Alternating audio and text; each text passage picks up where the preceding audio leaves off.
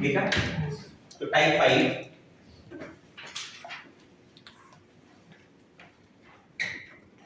Mixing and reaction, ठीक है। तो इधर is one acid and other is base.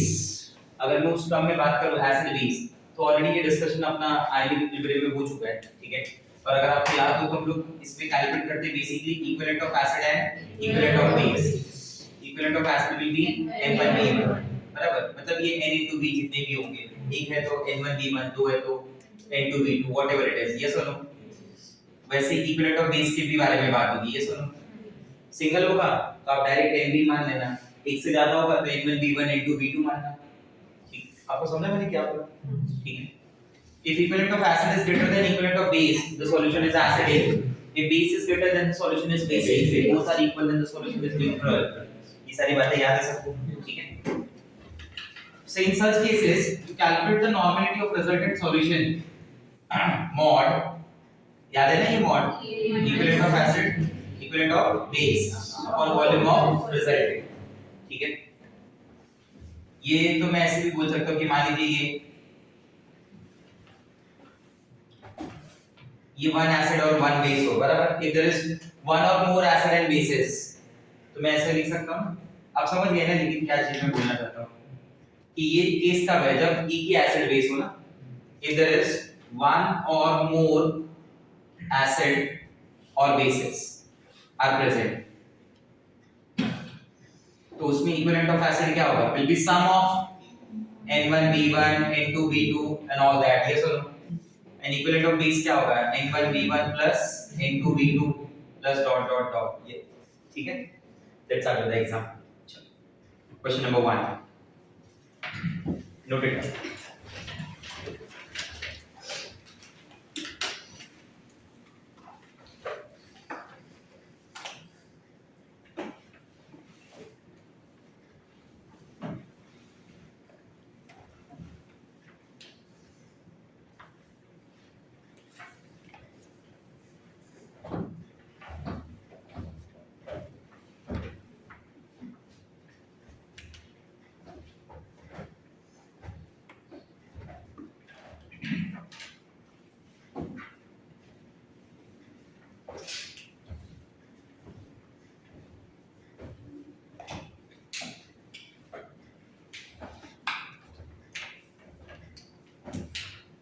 तुम्हारा हॉलिडे कौन सा दिन है, Tuesday, Wednesday, Thursday, Friday exam है।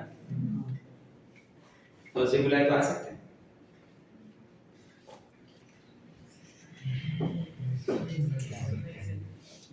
कितने लोग हैं जो नहीं आ सकते, हाथ उठाओ, उस हिसाब से काउंट करके पता चलेगा ना। 1 2 3 4 5 6 7, आप लोग सब लोग आ सकते हैं, ठीक है।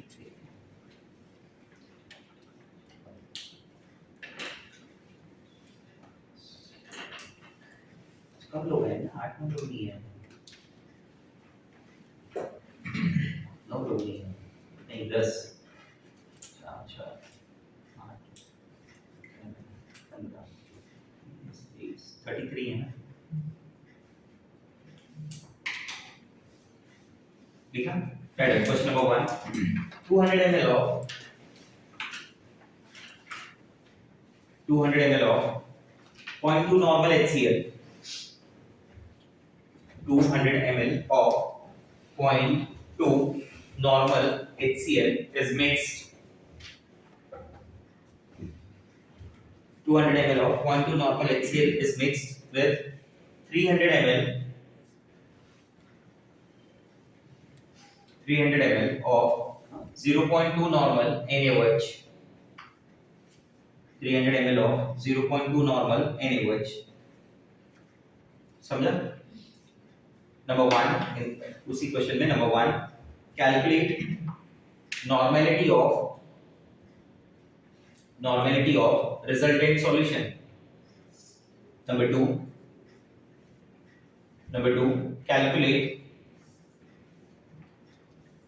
Calculate pH of solution.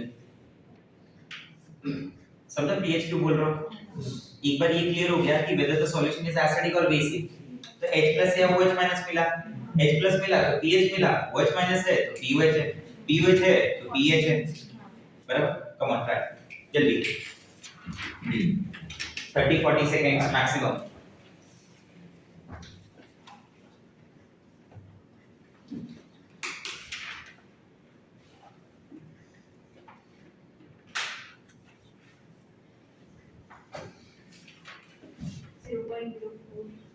Zero point correct answer है। एन आर ना नॉर्मलिटी ऑफ द रिजल्टेंट ना।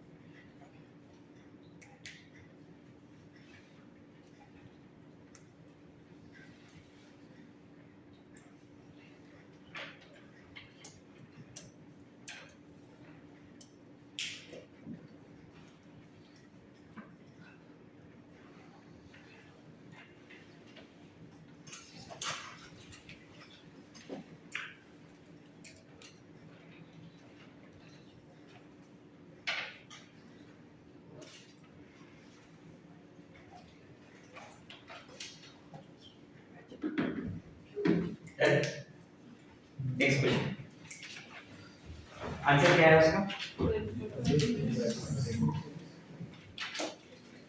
12.6 बराबर। Next question, 300 ml of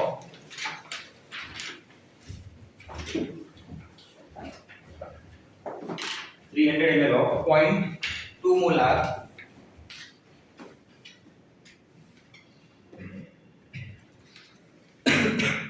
300 ml of 0.2 molar H2SO4 plus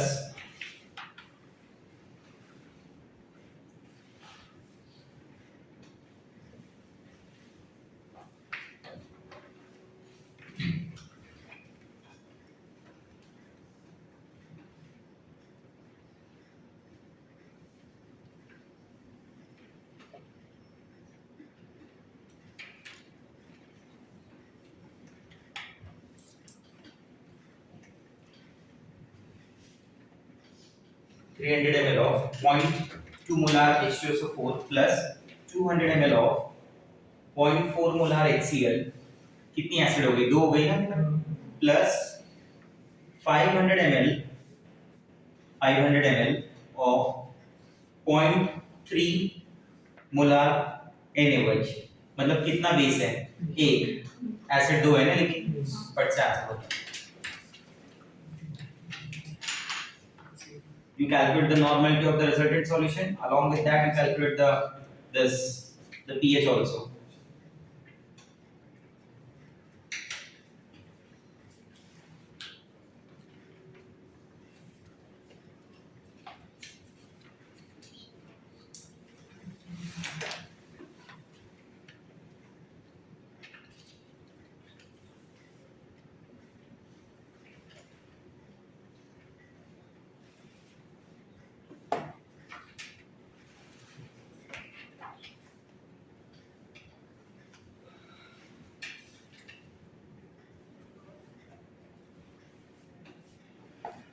Normality 0.05 or pH 1.6.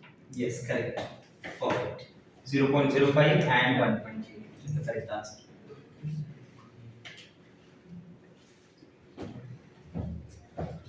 तो पा जाएगा। इस बार मैंने ये केस दिया था ना, ये में दो काटना है, N1V1 plus N2V2, you will get the total concentration of the H plus ions, और फिर ये निकालिए आपने, बराबर, total mole of H plus ion, sorry मैंने गलत वर्ड यूज कर दिया, total mole of H plus ion, और इधर मिलेगा total this OH minus ion। आपने ये देख लिया, मेरे हिसाब से सॉल्यूशन शुड बी एसिडिक ना, कितनी pH है 1.1 कितना है 1.3 करेक्ट है।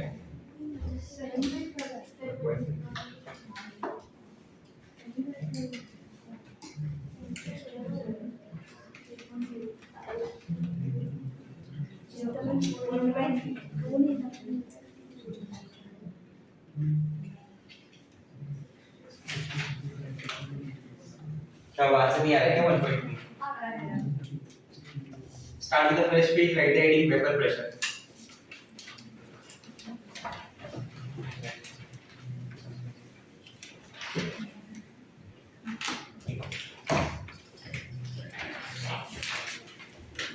आयनिक और सॉल्यूशन दोनों का नोट्स आपको इसी नोट पे मिल जाएगा, दोनों का एक साथ, आयनिक का भी और सॉल्यूशन का भी।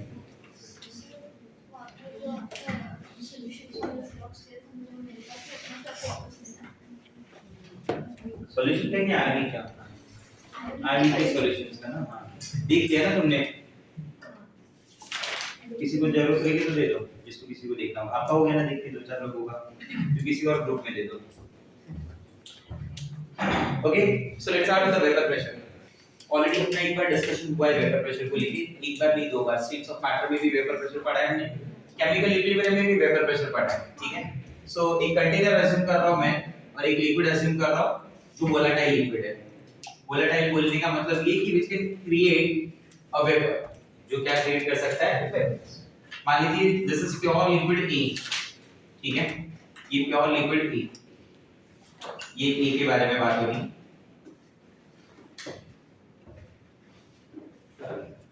It's a closed container. तो इसमें basically there are two types of molecule present in this.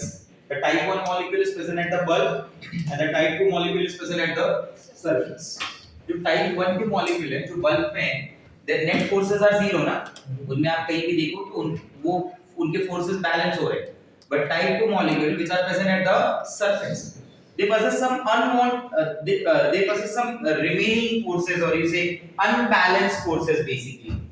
इनके फोर्स बैलेंस नहीं हो रहे, बराबर, तो इनके फोर्स बैलेंस नहीं हो रहे, तो ये यहाँ से बाहर निकलने का भी ट्राई कर रहे हैं, स्टेप करने का ट्राई कर रहे हैं, बराबर।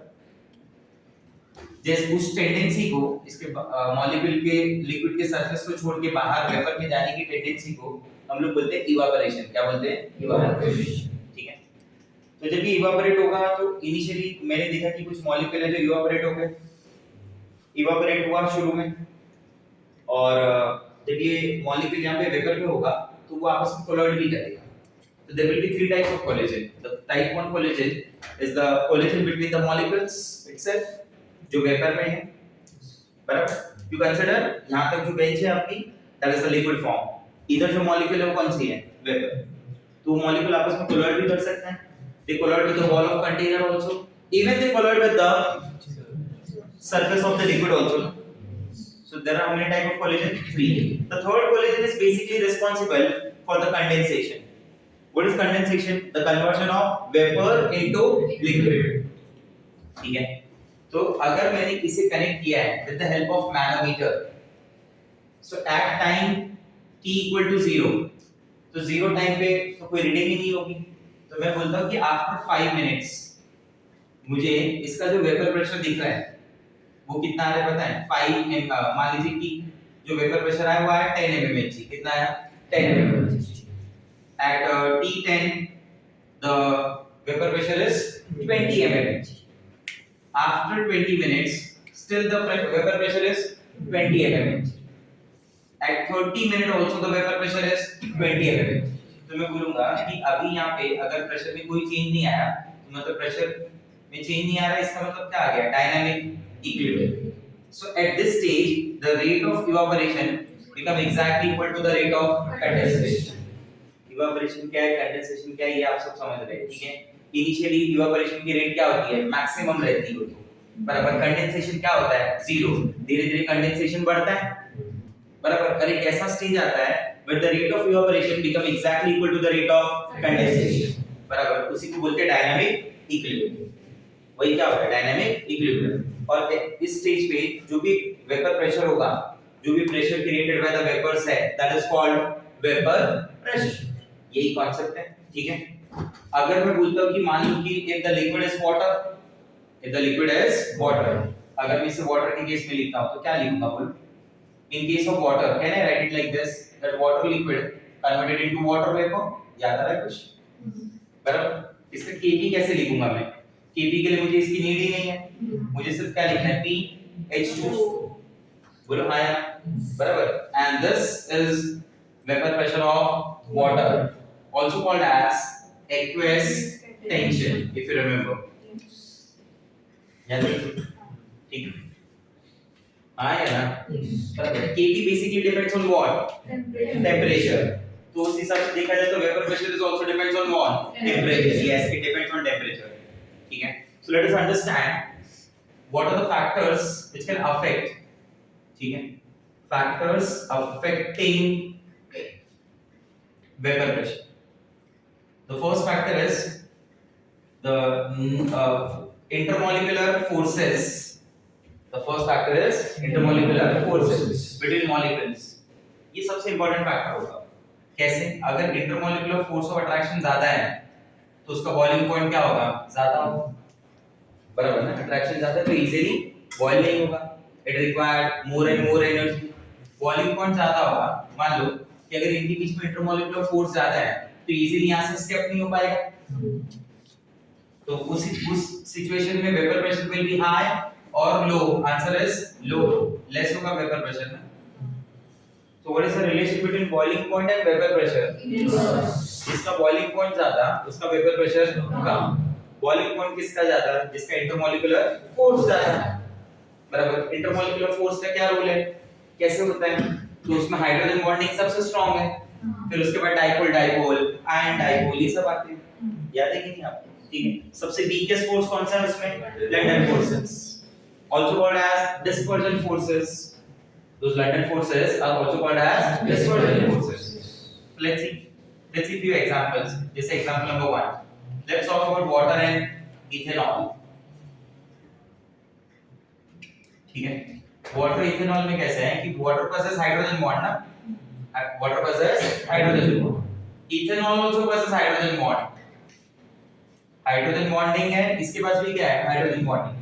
But water के अंदर relatively स्ट्रॉन्ग हाइड्रोजन बॉन्डिंग है, तो दोनों में फोर्स तो सेम ही है, बट किसका स्ट्रॉन्ग है, वाटर, बराबर।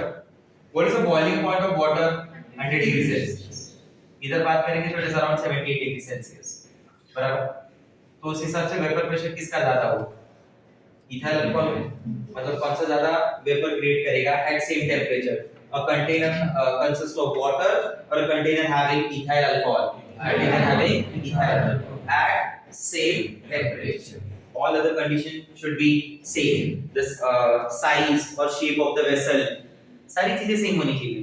फैक्टर का मतलब यही होता है कि इसे छोड़ के बाकी सब कुछ सेम। आप समझे मेरी बात, ठीक है। वरना पार्शियलिटी वर्ड आ जाएगा ना तुरंत। मान लीजिए दो स्टूडेंट है, दोनों एक एग्जाम की प्रिपरेशन कर रहे हैं, एक के लिए दुनिया भर के सारे कोर्सेज प्लेटफॉर्म जितने भी हैं जहां पे अवेलेबल है सब वो एक्सेस कर सकता है, कुछ भी पढ़ सकता है, देख सकता है, नोट डाउन कर, मतलब अपना नोट्स बना सकता है सब। दूसरे के लिए बुक्स भी अवेलेबल नहीं है, तो क्या इनके मार्क्स का कंपैरिजन हो सकता है, कैसे होगा, कोई भी ज्यादा ले आए, बट क्राइटेरिया तो अलग हो गई ना एकदम, कंपेयर कैसे होगा, दोनों को सेम फैसिलिटी मिलनी चाहिए ना। अरे यस और नो, जैसे मान लो एक और कंपेयर करते हैं, let's compare methyl alcohol, ethylene glycol and glycerol.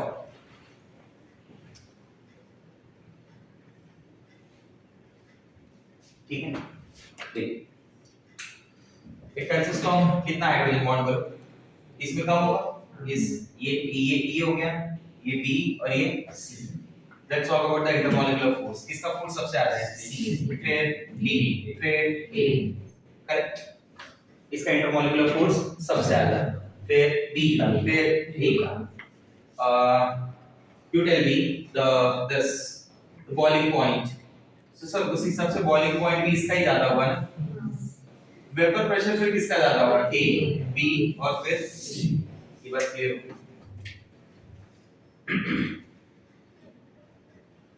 Let's assume there is ethyl alcohol and benzene। तो बेंजीन तो क्या है? Benzene is a non polar molecule ना। तो बेंजीन में कौन सा फोर्स होगा? London force. और इसमें तो कौन सा फोर्स है? Hydrogen bond. तो इसका इंटरमॉलिक्यूलर फोर्स स्ट्रांग है, डेफिनेटली हाइड्रोजन बॉन्ड स्ट्रांग है, बराबर। What about the boiling point? Obviously इसका ही है, बेंजीन उतना नहीं। और वेपर प्रेशर का क्या होगा फिर? Benzene will create more vapour pressure. One more example, water and acetone. Water and acetone. Acetone will have dipole force. Water hydrogen bonding. Intermolecular force किसका ज्यादा होगा? Water। What about the boiling point? Obviously water 100 degree Celsius. That acetone is around 50 to 53 degree Celsius. Very less. Vapor pressure किसका ज्यादा होगा? Acetone. If they kept at same temperature. If they kept at same temperature. The second factor, मैं इसे ऐसा भी बोल सकता था कि फैक्टर्स अफेक्टिंग वेपर प्रेशर में आप इंटरमॉलिक्यूलर फोर्स न लिख दीजिए nature of liquid. That depends on the nature of liquid ना। नेचर ऑफ लिक्विड किससे रिलेट होगा? Intermolecular force. अगर उसका फोर्स अच्छा है तो डेफिनेटली बॉइलिंग पॉइंट ज्यादा, vapour pressure come. Second is for the same liquid the criteria is only size of the vessel, volume, surface area, ये सब क्राइटेरिया ही नहीं है, ठीक है। मैं भी समझा दूंगा आपको। टेम्परेचर में क्या सोच रहे हैं आप? टेम्परेचर का क्या है? मान लीजिए कि एसीटोन है, क्या ये मेरे पास बोलो एसिड। और let's consider an example of A. ये A liquid at 25 degree Celsius। A liquid is kept at 25 degree Celsius। Shape, volume सब कुछ एक जैसा है, ठीक है, कोई डिफरेंस नहीं है, okay. This is a liquid, ये भी ए लिक्विड है, बराबर। But now it is kept at 35 degree Celsius. My question is इसका वेपर प्रेशर ज्यादा होगा? Answer is 35 degree Celsius. Now the question is why.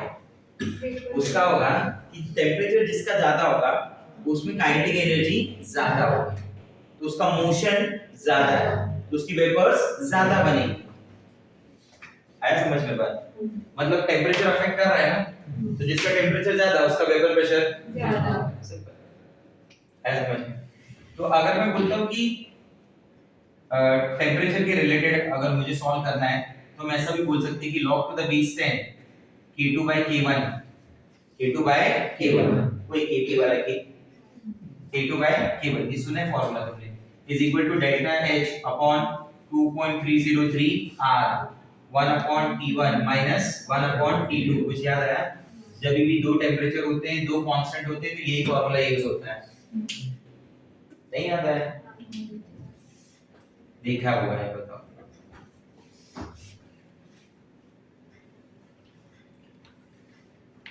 अगर मैं यहाँ पे वेपर प्रेशर ले रहा हूँ और मेजर क्या ले रहा हूँ? टेंपरेचर। तो मैं अज्यूम करता हूँ 25 degree Celsius the vapour pressure is this, okay. At 25 degree Celsius the vapour pressure is this. इधर वेपर प्रेशर होगा, as the temperature goes on increasing the vapor pressure also goes on increasing, बराबर। ये कैसी form होगी? Liquid form है, यहां से लेके यहां तक वो लिक्विड में ही है। This is liquid form of the solution, या लिक्विड फॉर्म जो भी उसका रहेगा, सॉल्यूशन है या क्या है वो, ठीक है। अभी के लिए तो प्योर लिक्विड ही माना है ना आपने, यस और नो, ठीक है। तो ये वेपर प्रेशर और टेंपरेचर का आपस में क्या हो गया? रिलेशन। समझा? नोट में मैंने क्या बोला कि it is independent of the shape, size और size of the container and volume। ठीक है, इन सबसे कोई फर्क पड़ने वाला नहीं है। ठीक है, आपको समझ आता है कैसे। ये मान लीजिए कि आपने 1 लीटर लिक्विड लिया है, बराबर, या आपने मान लीजिए कंटेनर का शेप चेंज कर दिया, ऑब्वियसली चेंज लग ही रहा है कंटेनर की शेप में, बराबर।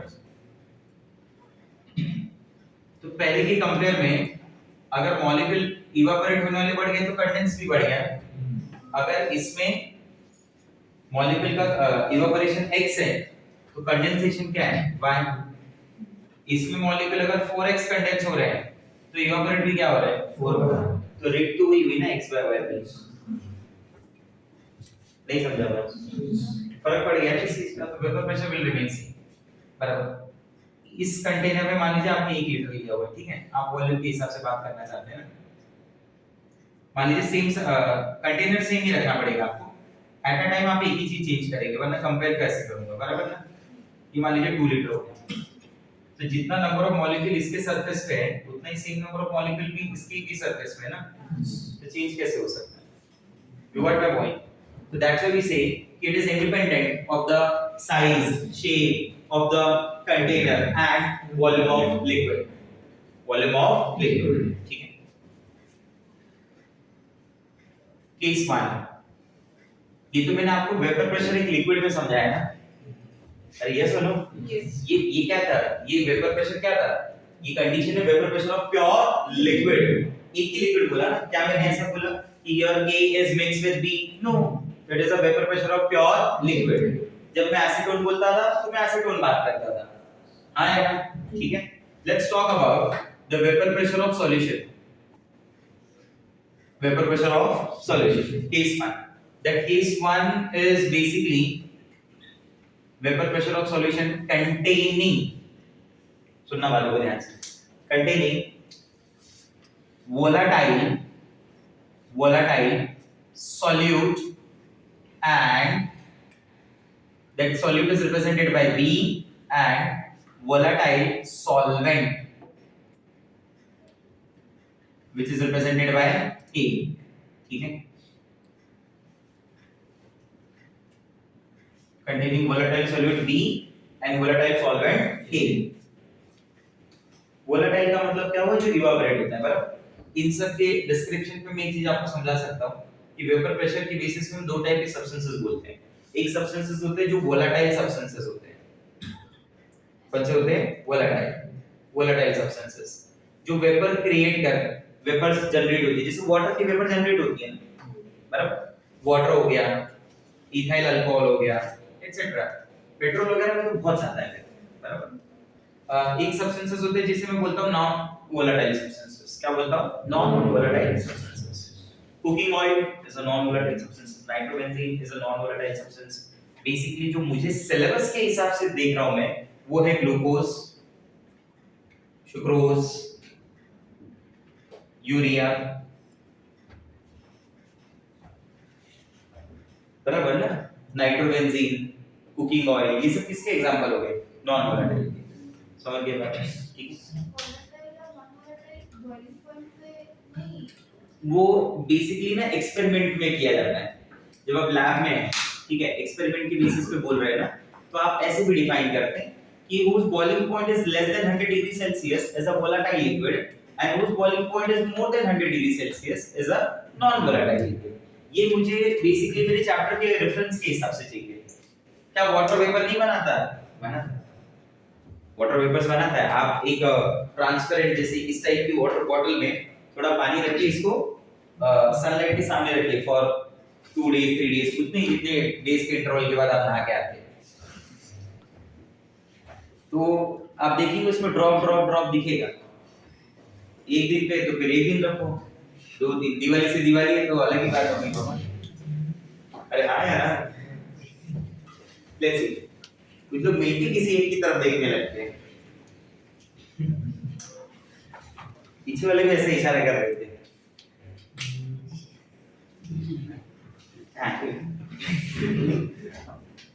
पीछे वाले 2-3 लोग ऐसे हाथ दिखा रहे थे तेरी तरफ, ये लोग भी घूम गए थे पीछे। सच बात है, हाँ? नहीं बोला वैसे दिवाली, रक्षाबंधन, ईद, होली, इस ये जो फेस्टिवल आते हैं बाबा तभी करना भाई। ठीक है देखो, कंटेनिंग वोलेटाइल सॉल्यूट है, वोलेटाइल सॉल्वेंट, तो इसमें सॉलिड भी वोलेटाइल है और सॉल्वेंट भी वोलेटाइल है, ठीक है। तो let's solution. Now everybody knows that solution consists of how many parts? 2 parts. Binary solution है ना, solute and solvent. Solute is always represented by B, solvent is always represented by A. First part of the chapter solution जो मैंने आपको पढ़ाया, उसमें मैंने आपको 1 और 2 का भी एक्सपीरियंस दिया था। 1 और 2 में किसका रैंक हाई है? 1 ना, तो 1 is always for solvent. A और B में किसका ग्रेड हाई है? A ग्रेड बड़ा है, B ग्रेड बड़ा है? मेरे हिसाब से तो A, बराबर ना।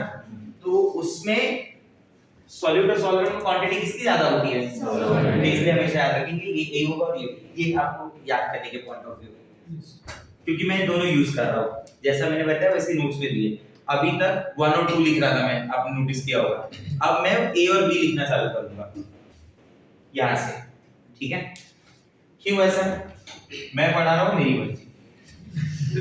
हाँ 1 2 या दोनों एक्सपीरियंस होना चाहिए ना बाबा। एग्जाम में ये भी आ गया तो तुम कंफ्यूज हो गए, 1 2 भी बता दिया और A भी बता दिया, ठीक है।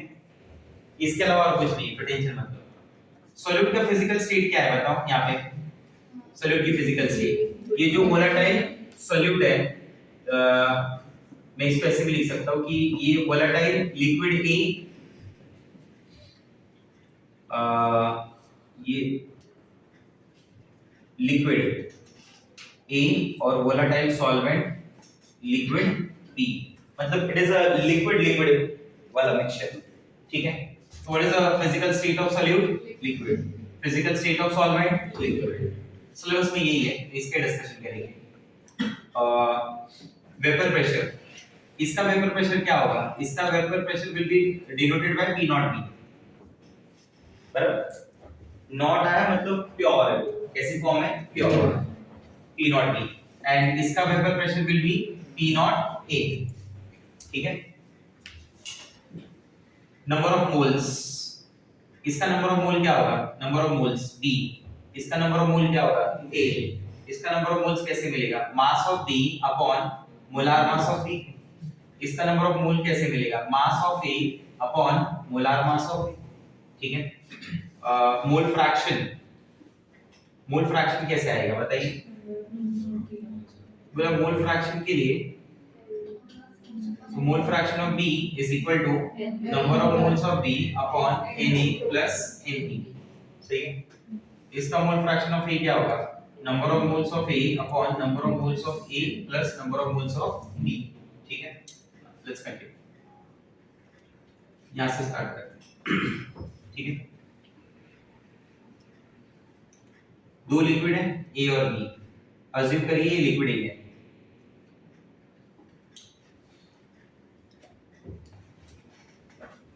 ठीक है। क्या ये लिक्विड है? Pure liquid A, that's all about the understanding. आप कितना समझ पाएंगे उसके ऊपर है, ठीक है। और मैं इसे बोलता हूँ कि it's vapour pressure is P not, एक वैल्यू अज्यूम करते हैं। आप बोले कितनी वैल्यू अज्यूम करनी है? चलो ठीक है 200, तुमने बोला इसलिए 200 मान लिया। 200 ml, कितना है? 200 ml, ठीक। दिस इज अनदर लिक्विड, बराबर।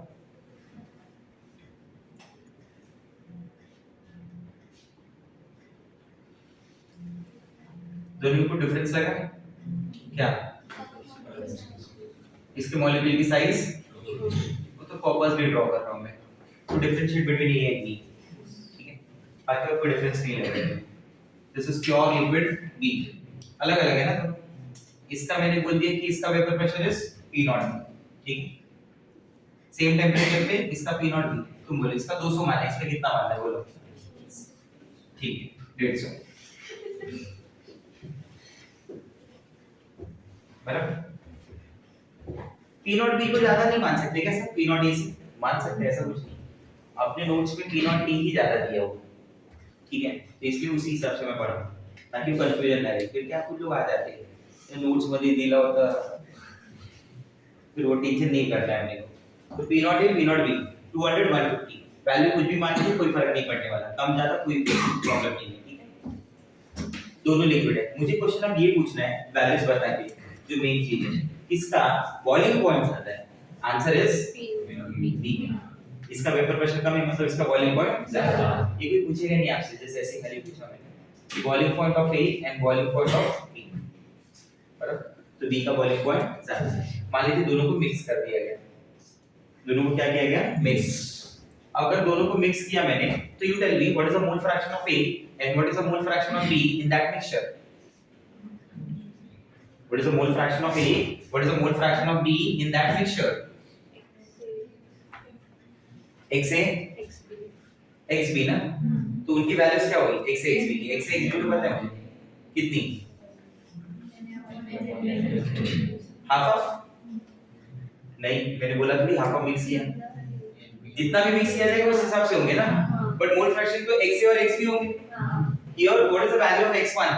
XA 1। Here what is the value of XB? 1, क्योंकि इसमें सिर्फ A ही है ना, और इसमें क्या है? सिर्फ B है ना। अगर मैं यहाँ पूछूं आपको कि XA की क्या वैल्यू, तो आप बोलेंगे 1।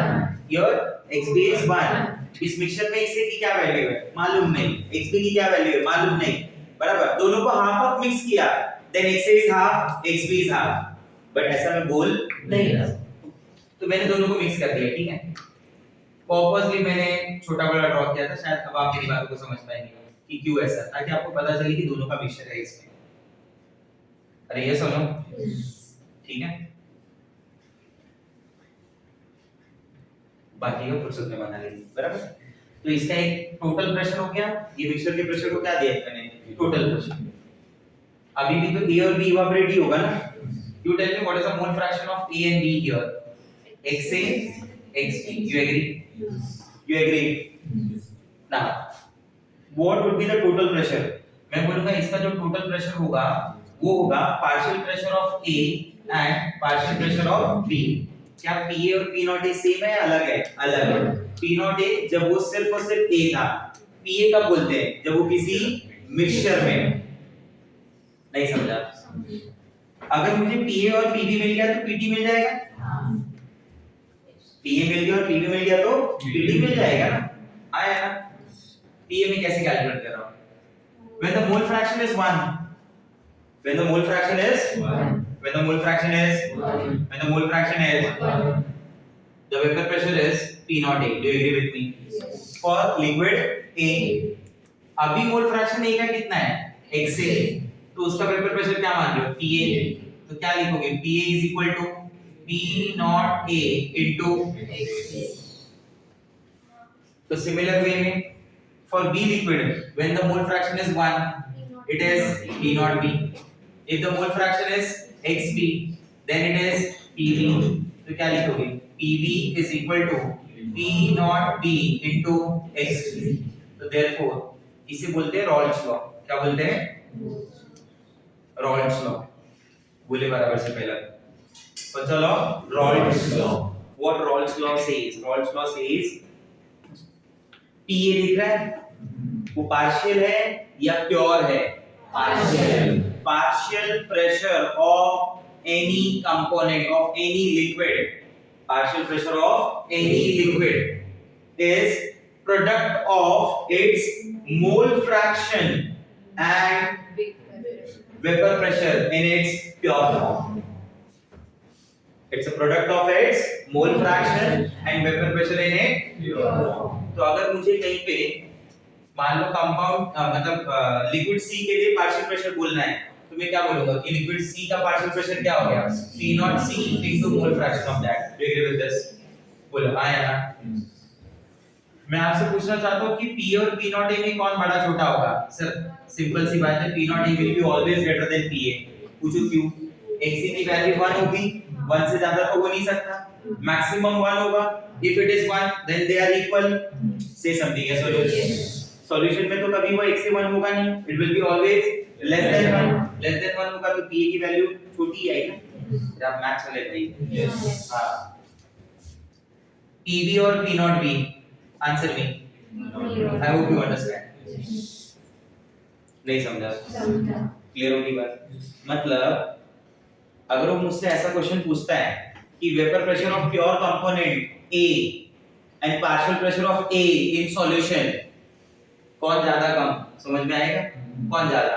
Vapour pressure of pure A will be always greater than partial pressure of A in any solution or mixture। किसी भी सॉल्यूशन या मिक्सचर में हो, कभी होगा ना। क्यों? तुम अकेले किसी कंपनी के मालिक हो तो 100% हुए ना। तुम किसी के साथ अगर कंपनी में काम कर, मतलब पार्टनरशिप में हो, तो भाई 100 तो नहीं हो सकते हैं, वरना पार्टनरशिप का होगी। अरे नहीं समझा? आप 99.99 हो सकते हो, 100 नहीं। तो आप अकेले जब हो तो परसेंटेज में तभी ज्यादा हो गए। नहीं समझा मेरे पास? एवरीवन ठीक है, ये समझ में आया? तो रॉल्स लॉ की डेफिनेशन क्या हो जाएगी, बोलिए? रॉल्स लॉ की definition, partial pressure of any liquid या partial pressure of any component basically बोलिए is product of its mole fraction and vapor pressure of vapor pressure in its nice। समझ गए बात को? ठीक है, तो मैं यहाँ से क्या लिख सकता हूँ पीटी के लिए? मैं बोल सकता हूँ कि पहले तो ये दोनों जो है फॉर्मूला नंबर 1 पीटी के लिए मैं ऐसे लिख सकता हूँ PA P naught PA PB की जगह P naught A into XA plus P naught B into XB. ये मेरे लिए क्या हो जाएगा, बोलो? This is formula number 2। नहीं समझा? बोलो हाँ या ना? ठीक है, if xa equal to xb equal to half, बराबर ना? if xa is equal to xb is equal to half common आ गया? नहीं समझा? half of p naught a plus p naught b। नहीं समझा? क्लियर हो रहा है? अब आपको वैल्यूज का भी मतलब समझ में आएगा कि मैं वैल्यूज क्यों दे रहा था। क्वेश्चन तक के साथ में पूछ लूं, मुझे चाहिए total pressure, P naught A is 200, P naught B is 150, बराबर, containing same number of moles। Same number of मोल का मतलब हो गया मोल फ्रैक्शन सेम है। कैसे? एक मोल हुआ तो टोटल 2 हो गया, पहले वाले का 1/2, दूसरे वाले का भी। भाई इतना तो समझो, सेम नंबर ऑफ मोल्स बोलना मतलब ही हुआ their mole fractions are same. ऐसी लाइन बोली ना जब मैंने, अगर मैं बोलता हूं कि दे पोजेस सेम मास तो their mole fractions are same, वो तो अलग होगा ना, मास से नहीं होगा, मोल से होगा। नहीं समझा? नहीं समझा? अरे मास अलग होगा ना, मास है तो तुम नंबर ऑफ मोल्स निकालोगे, तो क्या दोनों कंपाउंड का मोलर मास सेम रहेगा? तो फिर सोचो ये बात, मैं इसको 200 बोल रहा हूं, इसको 150 बोल रहा हूं, their moles are same, it means their mole fractions are same। so what is the total pressure? 200 plus 150, 350 divided by 2, 175 is the answer। समझा कैसे सॉल्व किया? एवरी बार ठीक है, क्लियर हो रहा है पॉइंट? देखिए सर, ये तो चलो x से x भी नोन था तब ना, नहीं नोन है तो क्या, x से x भी अननोन है तब तो और ज्यादा अच्छा है। मैं बोलता हूँ क्या, मैं ऐसा बोलता हूँ कि x से plus xb is 1, बराबर ना? अपना जो डिस्कशन है वो बाइनरी सॉल्यूशन का डिस्कशन है, हम सिर्फ बाइनरी सॉल्यूशन के बारे में ही बात करते हैं। आपने नोटिस किया होगा कभी तो, one solute one solvent, one solute one solvent is only in our syllabus. तो x a plus xb क्या हो गया? 1। तो क्या x a को लिखा जा सकता है 1 minus xb? तो क्या xb को लिखा जा सकता है 1 minus xa? बोला हाँ, क्यों नहीं? हाँ ना? देखिए pt क्या हो जाएगा फिर? xa की जगह आ जाएगा 1 minus xb। बोलिए p naught a 1 minus xb plus p naught b into xb। यही हुआ ना। PT इज इक्वल टू क्या हो जाएगा बोलिए, P not A minus P not A into XP plus P not B into XP। ठीक है, क्या दोनों में XP कॉमन ले सकता हूँ? तो ले लो फिर।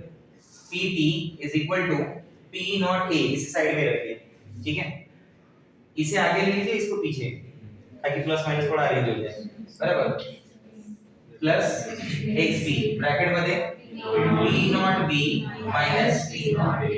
क्लियर? अरे बोलो हाँ या ना? ठीक है, नहीं समझा? इसका बताओ क्या हो जाएगा sir? Total pressure is equal to P not A into XA plus P not B into 1 minus XA। ठीक है, इसका क्या लिखेंगे? PT is equal to P not A into, अरे कम ऑन यार, उसको भी इतना सॉल्व करके बताना पड़ता है मुझे। P not B minus P not B into XA। क्या कॉमन लिया जाए? XA को कॉमन लिया जाए, P नॉट B को आगे लिख दीजिए, बराबर, P not A XA minus P not B XA, बराबर, प्लस XA, बराबर, अंदर क्या आ जाएगा बोलिए? ये अपना आगे पीछे P not A minus P not B, क्या बोले थे बोलो? क्या हो गया?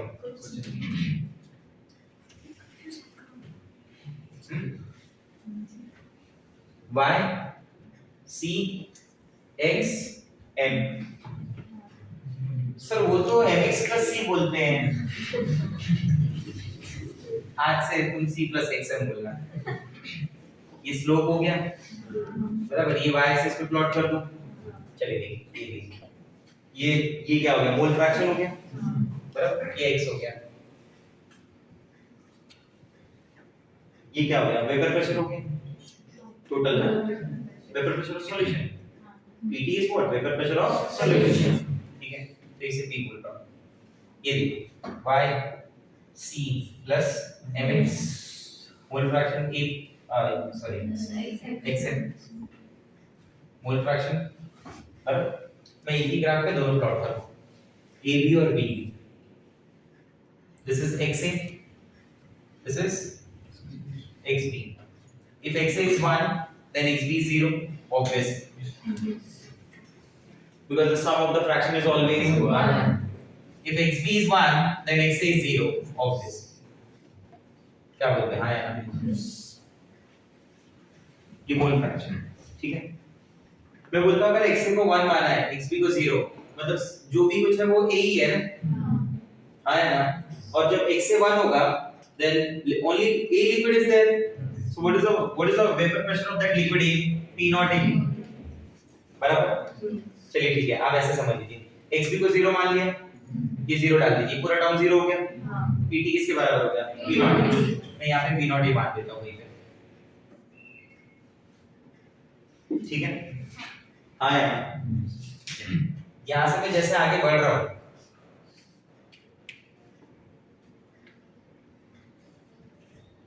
यहाँ से जैसे मैं आगे बढ़ रहा हूँ XA से XB की तरफ, XA से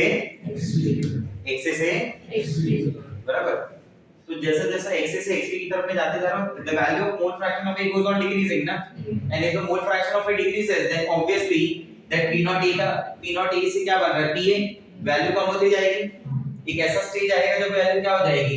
0। नहीं समझा? क्लियर? हाँ या ना? ये सब किसके लिए? ये है PA के लिए ना, ये PA क्या होगा? P naught A into X, ये पूरा कर्व आपको PA बताएगा, बराबर, कर्व का ये पॉइंट क्या बताएगा? P naught A, यहाँ तो वो 0 ही हो गया। अगर मैं XB को 1 मानता हूँ, C, तो XA को क्या मानूंगा? 0, पूरा टर्म 0 हो गया, तो P किसके बराबर हो गया? P naught A। What was the value of P naught A? 200। What's the value of P naught B? 150। मैंने बोला था ना, एक ज्यादा ही कम लिया मैंने जानबूझ के, ये रीजन था, ये इधर प्लॉट करूंगा, समझ आ रहा है बात? ठीक है, this is P naught B, P क्या हो गया? ये हो गया PB को क्या लिखोगे? P naught B into XB, ये क्या होगा? ये होगा P total, P total is what? PA plus PB. आप कुछ भी सोच लो, कैसे भी समझ लो, that PT का value it lies in between P naught A and P naught B. Question में प्रूव भी कर लेंगे. PT का value it lies in between P naught A and P naught B. ये देखो ना, कर्व देखो, ये PT है ना, ये किसका कर्व है? PT का ना. शुरू कहां से हो रहा है? मतलब मैक्सिमम यहाँ पे इतना होगा. कब? जब मोल फ्रैक्शन ऑफ A1 होगा और B 0 होगा. मिनिमम इतना होगा कब? जब मोल फ्रैक्शन ऑफ B 1 होगा, A 0 होगा. क्योंकि A का वेपर प्रेशर ज्यादा है तो उसका टोटल सॉल्यूशन में भी प्रेशर ज्यादा था. इधर कम है तो डेफिनेटली कम होगा. इसके बीच में कोई भी सिचुएशन हो, वो इन्हीं दोनों के बीच में रहेगा. मतलब यहाँ पे कोई भी आंसर हो वो 200 से 150 के बीच में आएगा. नहीं समझा? कोई भी आंसर हो किसके बीच में आएगा? Between 200 and 150. क्लियर हो रहा है बात? यस और नो? ठीक है. मैंने यहाँ तक जो कुछ भी एक्सप्लेन किया, that is all with respect to the solution phase. कौन सा फेज? Solution phase. अब यहाँ से मैं कुछ वेपर फेज के बारे में भी बोलना चाहूंगा. कौन से फेज के बारे में? Vapour phase.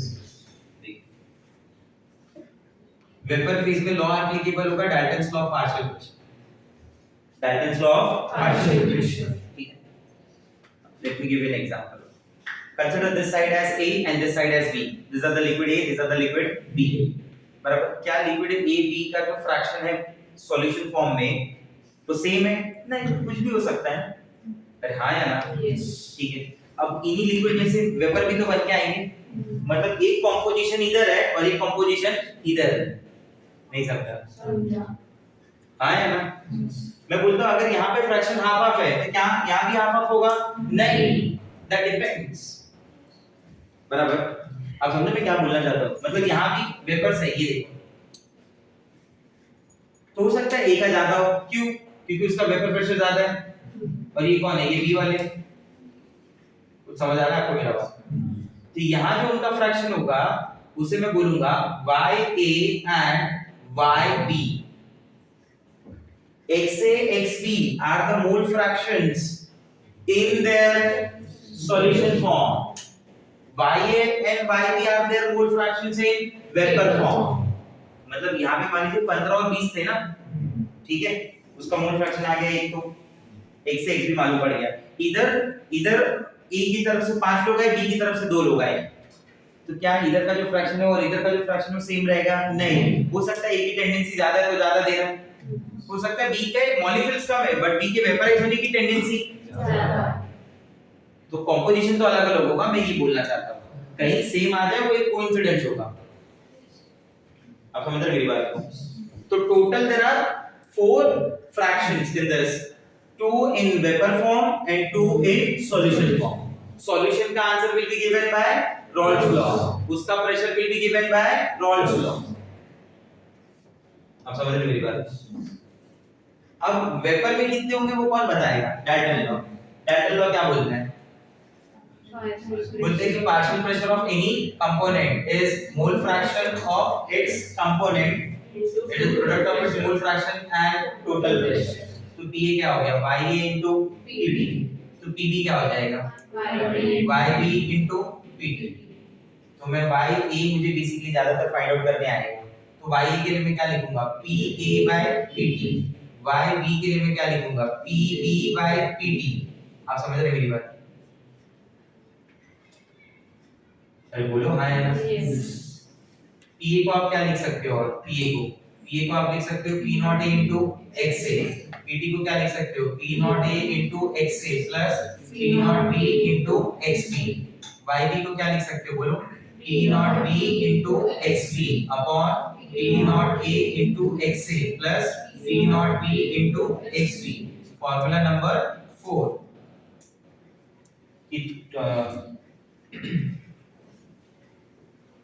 ये काम करेगा थोड़ा. फॉर्मूला नंबर 3 डाल देते हैं. ठीक है. ये दोनों 4 एक ही फॉर्म है ना? अरे हाँ है ना? ठीक है. According to Dalton's law of partial pressure PA is equal to YA into PT. बोलो. According to Raoult's law, PA is equal to XA into P naught A. And from 1 and 2, can I write it like this? That YA into PT is equal to XA into P naught A. क्या बोलते हैं? हाँ या ना?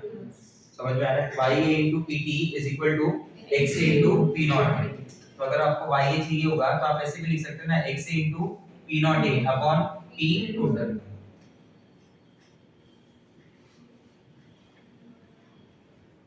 Formula number 5 नहीं समझा? Clear हो रहा है? ठीक है.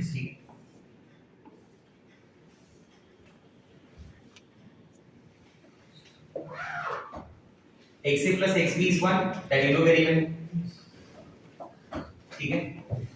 अगर मुझे यहाँ से XA XB लिखना हो तो मैं XA को कैसे लिखूंगा? YA into PT upon P naught A. बोलो, बता दो मुझे क्या लिखूंगा? YA into PT upon P naught A plus YB PT upon P naught A. is equal to 1. Divide by PT कर दीजिए. क्या हो जाएगा बताइए? YA upon P naught A plus YB upon P naught B is equal to. ठीक है. So these are the various forms उसके related जहाँ पे आपको क्वेश्चन अलग अलग तरीके से पूछ सकते हैं. वो क्या क्या आपसे पूछना चाहेगा यहाँ पे?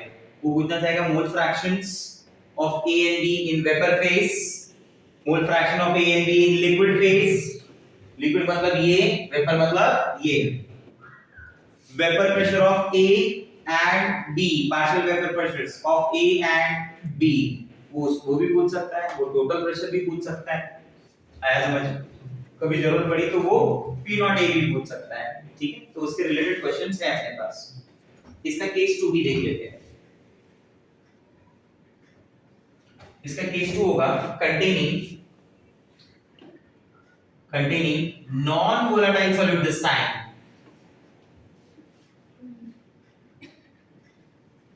Non-volatile solute this time, solid and volatile liquid. ठीक है. तब मतलब जो मैंने पहले volatile solute यूज किया था लिक्विड की फॉर्म, अब मैंने उसी को चेंज करके क्या ले लिया? Non volatile solute. Solid add कर रहा हूं मैं. Like I'm adding this glucose, I'm adding sucrose, I'm adding urea in that solvent. उसका सॉल्यूशन बना रहा हूं मैं. ठीक है. तो इस बार सॉल्यूशन के कितने पार्ट होंगे? सॉल्यूशन के तो 2 ही पार्ट होंगे ना भाई. बराबर. कौन सा 2 part? The first part is solute, the second part is solvent. ठीक है. फिजिकल स्टेट में जब आप बात करेंगे फिजिकल स्टेट कितनी बनेगी? 2. इसके ये सॉल्यूट की फिजिकल स्टेट क्या है यहाँ पे? सॉलिड. सॉल्वेंट की क्या है? लिक्विड. ठीक है. उसके बाद अगर मैं वेपर प्रेशर की बात करूं तो इसका वेपर प्रेशर तो बेसिकली 0 माना जाएगा. पूछो क्यों? क्योंकि नॉन वोलेटाइल सॉल्यूट है. बराबर. मतलब मुझे अगर लिखना हो तो शायद मैं ऐसा लिख दूं कि P नॉट B इज 0. ठीक है. P not B is 0. Solvent के केस में इसके लिए क्या मानेंगे बताइए? इसके केस में मानेंगे P not A. Let's talk about the number of moles. Number of mole. इसका number of mole तो सबका होगा ना भाई. मास है, number of moles हो गए. Exist कर रहे हैं तो भाई mass upon molar mass. Mass upon molar mass. इससे क्या मानेंगे भाई? Mass upon molar mass. इतना सही? ठीक है. मोल फ्रैक्शन क्या मानेंगे बताइए? मोल फ्रैक्शन इसका XB और इसका XA. ठीक है.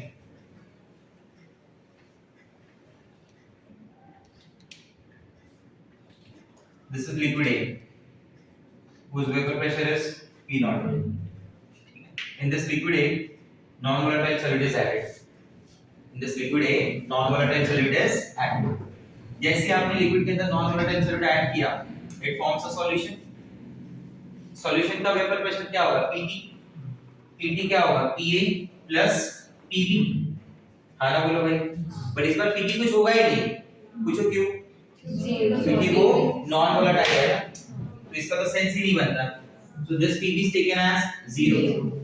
वो P नॉट B हो, PB हो, कुछ भी हो, 0 ही होगा. अरे जब P नॉट B ही 0 है तो PB कहां से वैल्यू आएगी ना, फिर से बताना पड़ेगा तुम्हें। ये P नॉट B 0 है ना, थीटा भी 0 हो गया पूरा, कुछ भी हो फ्रैक्शन उसका क्या फर्क पड़ता है। क्या मैं ये बोल रहा हूँ कि जो PA है वो P नॉट A के बराबर आएगा यहाँ पे, नहीं। there will be some area, surface area will be occupied by the other molecule also ना, that non volatile solid का, yes or no। बस गए थे तुम इधर, तुमने हाँ बोल दिया, मतलब PB उसके बराबर, PA उसके बराबर आएगा, नहीं ये उसके मॉलिक्यूल होंगे ना। तुमने नॉन वोलेटाइल सॉलिड भी तो ऐड किया, तो उसके भी तो कुछ मॉलिक्यूल सरफेस एरिया ऑक्यूपाई करेंगे ना। क्या पहले जितने मॉलिक्यूल वेपर प्रेशर में पार्टिसिपेट कर रहे थे अभी भी उतने हैं, नहीं, तो कैसे सेम आएगा। अरे भाई मैं सिंपल सा क्वेश्चन मैथमेटिकली पूछ लूं, क्या इधर x से 1 है तो P नॉट A कैसे, P P नॉट A के बराबर कैसे होगा। ये तो मैथमेटिकली रीजन हो गया ना।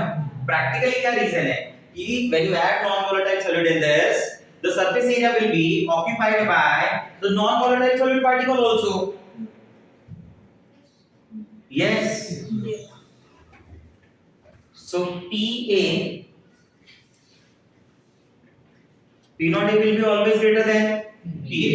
मतलब मैं ऐसा पूछूं आपको, सही लगे तो ट्रू और फॉल्स में जवाब देना। आप ये चूज नहीं कर सकते कि आंसर नहीं देना है।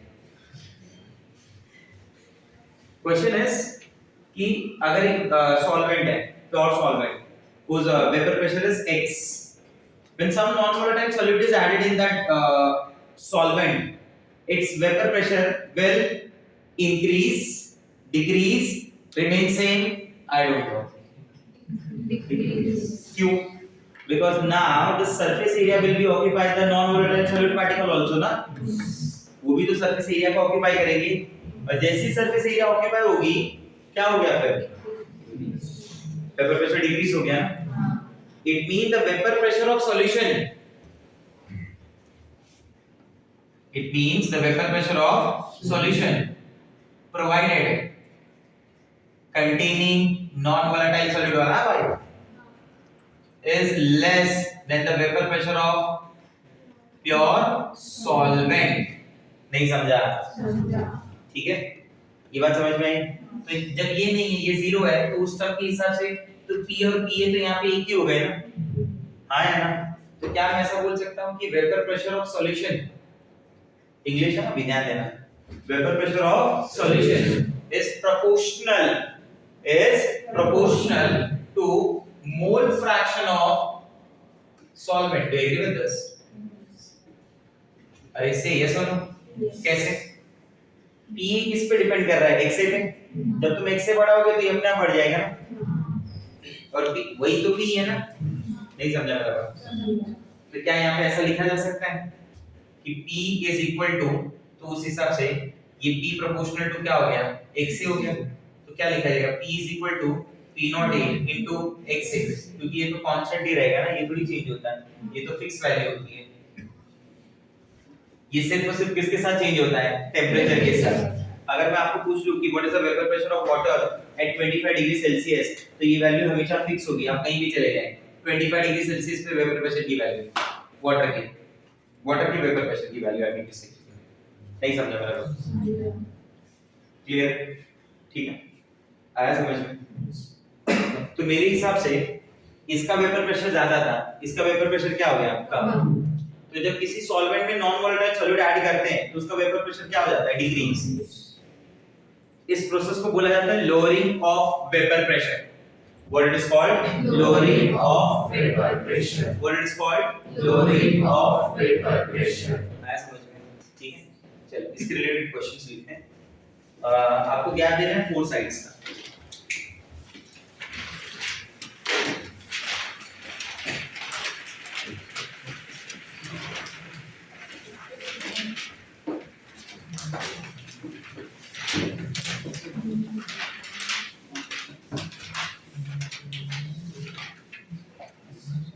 फोर साइड में गैप देना है,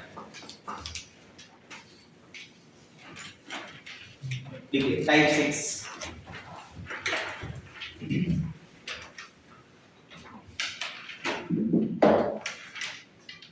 numerical based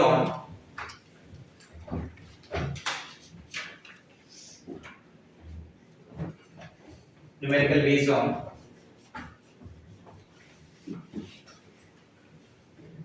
Rolle's law and DLPP.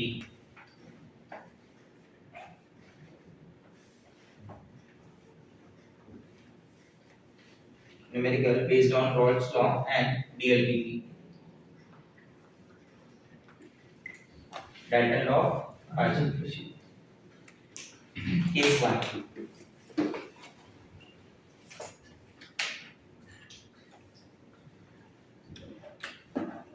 Case 1. To find out Case 1. To find out Weber pressure of solution. मतलब ये बेसिकली पी के बारे में पूछ रहा है, बराबर? पी की अपनी दो तीन फॉर्म्स हैं वहां पे, उसमें से सॉल्व हो जाएगा. देखो पहला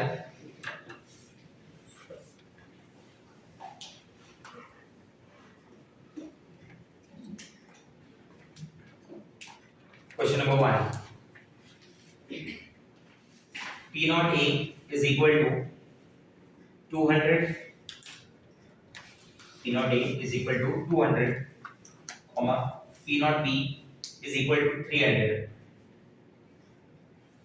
P naught A is equal to 200, comma P naught B is equal to 300. Calculate Weber pressure of solution.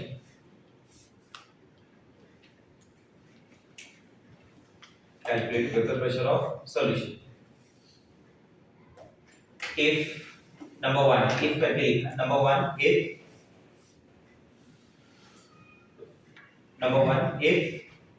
लिखा number 1 में, if Na is equal to 2, Na मतलब क्या? Number of moles of A 2, comma number of moles of B 3. आप आएगा answer. तो mole fraction क्या होगा दोनों की बताओ. Xa 2/5, Xb 3/5. Pt बताओ बटा X.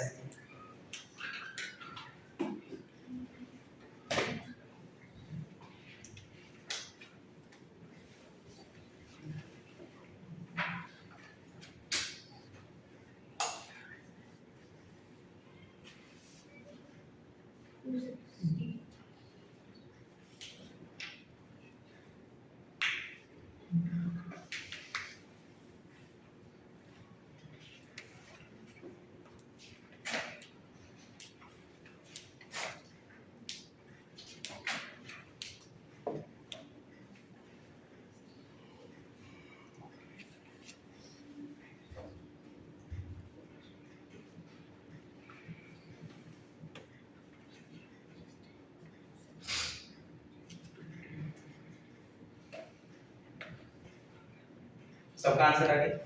Second part of this, जब फर्स्ट करके एक लिखा था ना, वैसा ही second. if Na is equal to 3, Na is equal to 3 and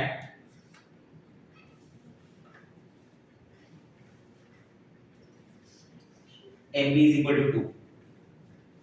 उल्टा हो गया ना इसका. जल्दी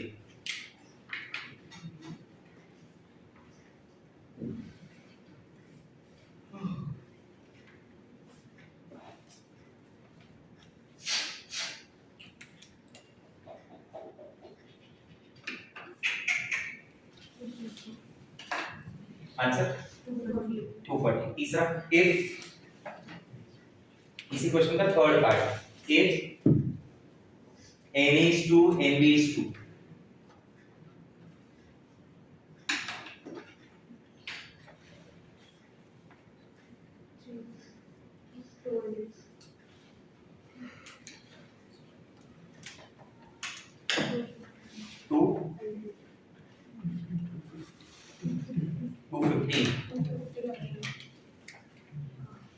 टू बाय फोर होता है. 2/2 नहीं है. तीनों क्वेश्चन से कुछ समझा? क्या समझा? जब मोल फ्रैक्शन ऑफ डी ज्यादा था, बराबर, तो आंसर 250 के उस पार आया ना, बराबर ना, 200 300 है ना, तो 200 300 का मिड क्या होता है 250, 250 के उस पार गया मतलब बी के साइड पे आया, और जब ए ज्यादा था तो 250 से कम आया, जब दोनों बराबर थे तो 250 आया, ऐसे पहले भी बताया एक दो बार। लिखिए next question, question number 2, a solution consists of two liquids A and B, a solution consists of two liquids A and B if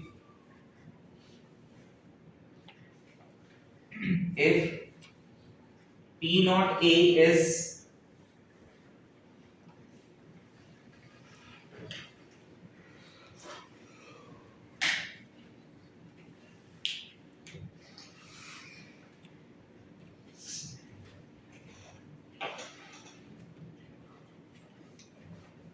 P naught A is 300 mmHg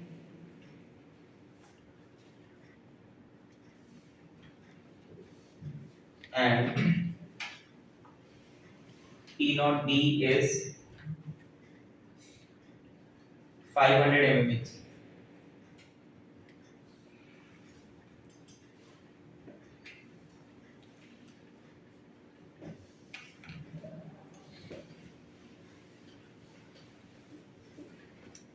And their molar masses नहीं दी जाती, P naught B is 500 mmHg लिखा,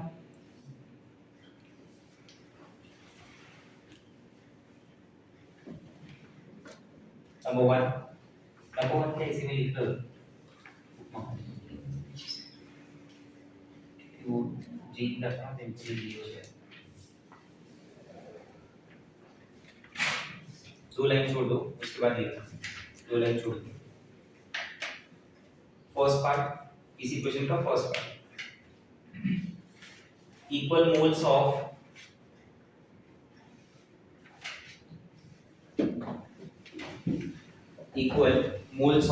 A and D,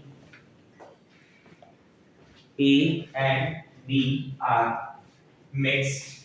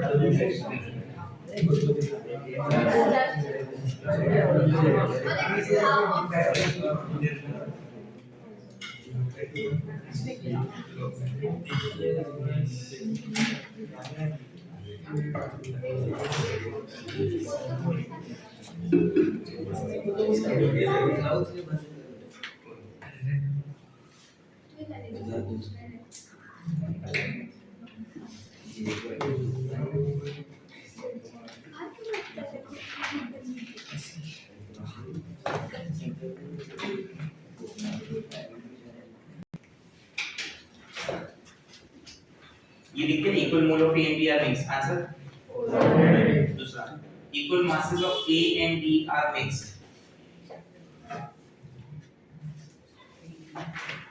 equal masses of A and B are mixed, कहाँ पे लिख रहे हैं, second part में, ऊपर में इंफॉर्मेशन जो दो लाइन छोड़ा था, second part equal masses of A and B are mixed, done, ऊपर का दो लाइन का क्या है, उधर आ,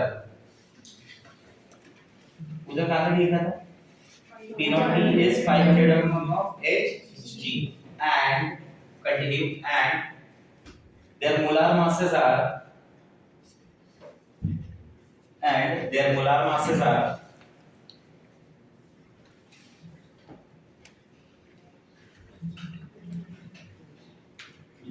masses are 250 gram per mole, 250 gram per mole respectively.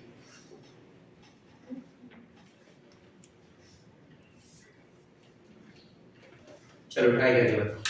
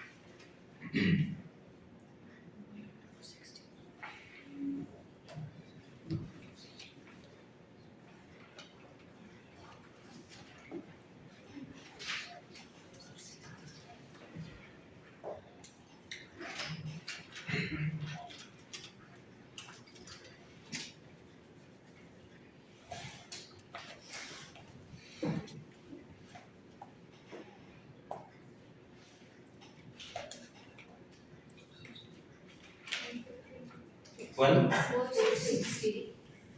460. 460.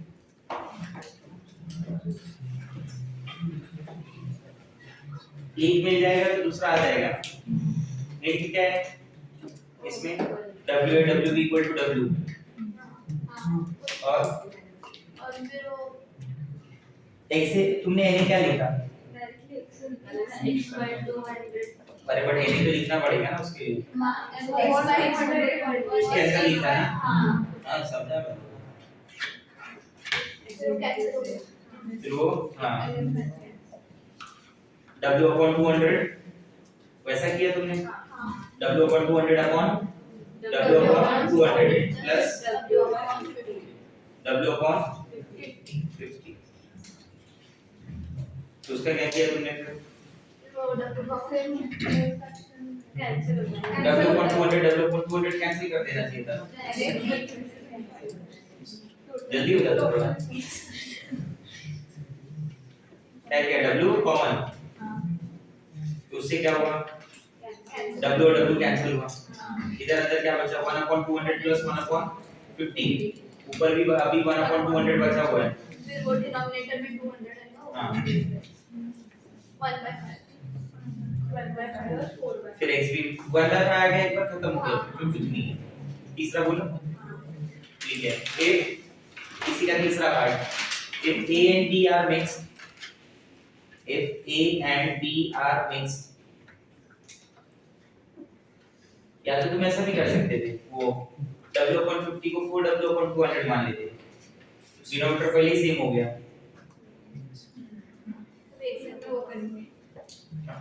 अब नहीं है वैसा हो गया खत्म. मैं देख रहा था तुमने क्या किया किसी ने लिखा है क्या वैसा. चलो लिखो a and b are mixed in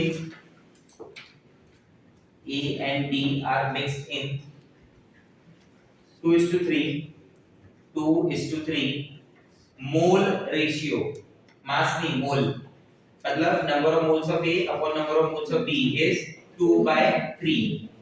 अब ये डेटा दिया है, तुम्हें बताना है कि इसका टोटल प्रेशर क्या होगा। इनडायरेक्टली तुम्हें क्या निकालना है, मोल फ्रैक्शन।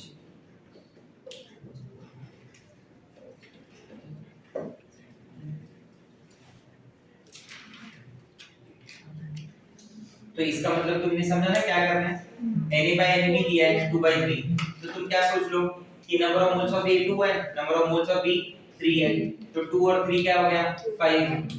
तो एक 2/5 और एक 3/5। वर्डिंग समझे क्या है, हो गया खत्म फिर 420। चलिए केस 2 लिखिए। It's all about the case 1। Case 2 लिखिए। डिटरमिनेशन ऑफ, फटाफट लिखते जाएंगे भाई। Determination of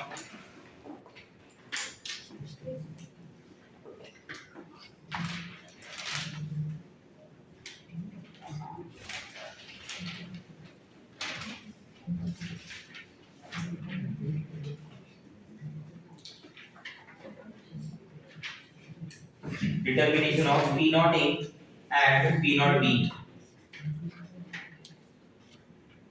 Determination of P naught A and P naught B.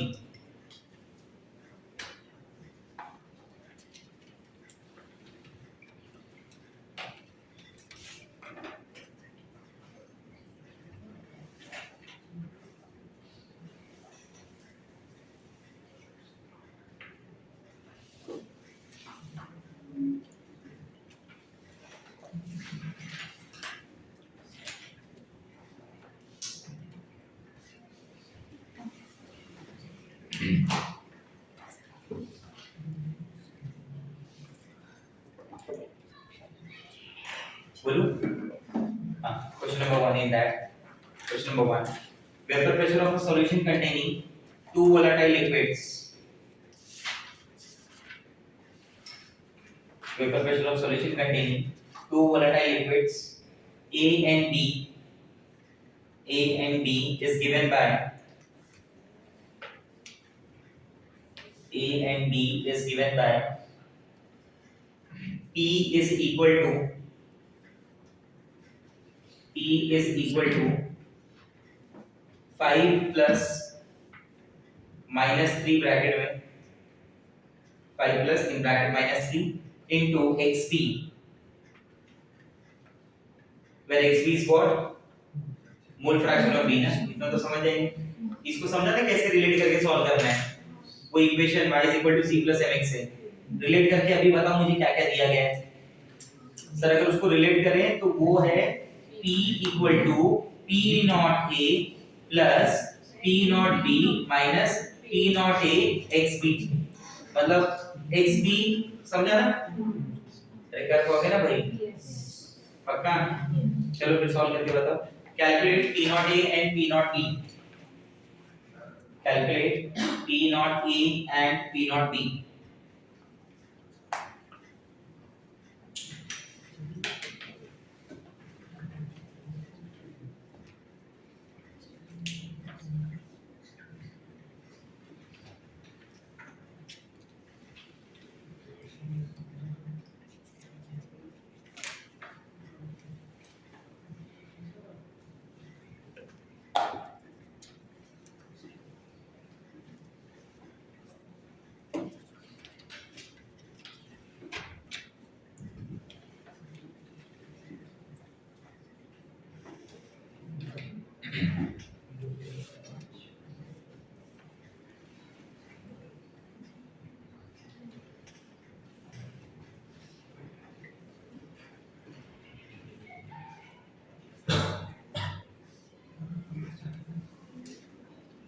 Answer 5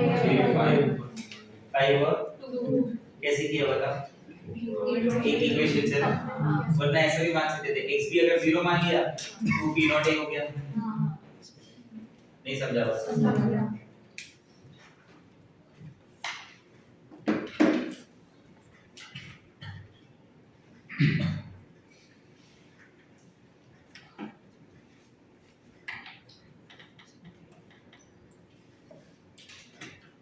case 3,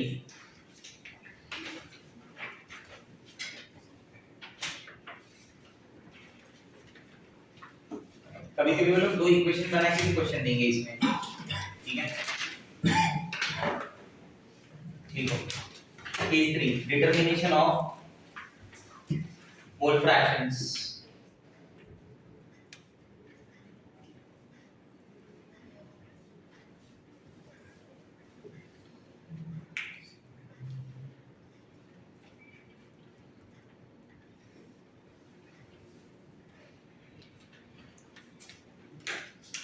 Determination of mole fraction.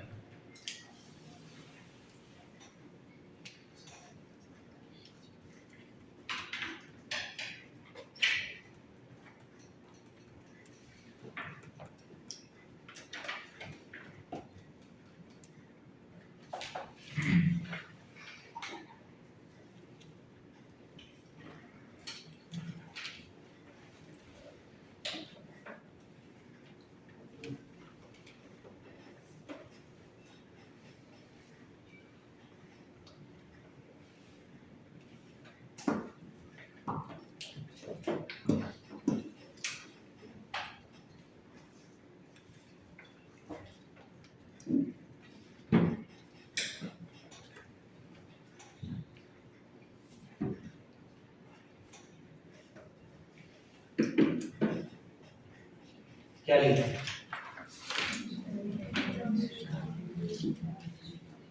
Determination of x and xb, determination of mole fractions ना, bracket में लिख लेना xa, xb, ya and yb, चारों हो सकते हैं ना।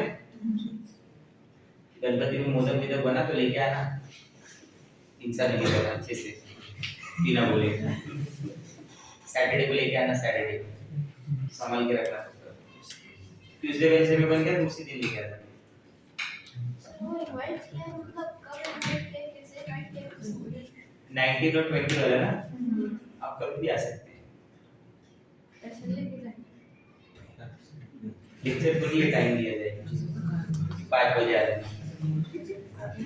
शाम को आएंगे तो आरती करके कहीं भी दे सकते, वो तुम्हारे ऊपर है।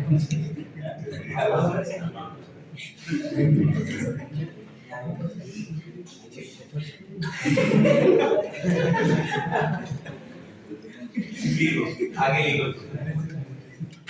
पहला क्वेश्चन क्या लिखा? क्वेश्चन नंबर 1 को लिख दिया ना, determination of mole fractions xa, xb, ya and yb। मुझे मतलब कौन सा वाला, वो जो शॉप पे मिलता है वो वाला नहीं,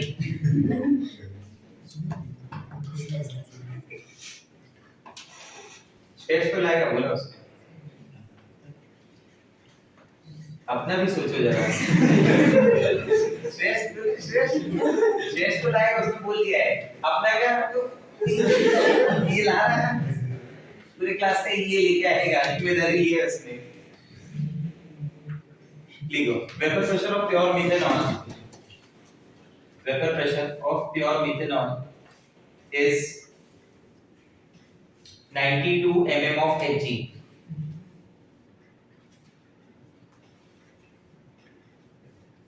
Is 92 mm of Hg. मतलब ये प्योर कंपोनेंट का दिया हुआ है, ये P है या P नॉट है? P नॉट है, इसी कंपोनेंट का P नॉट है, कुछ भी मान सकते हैं। Calculate mole fraction of methanol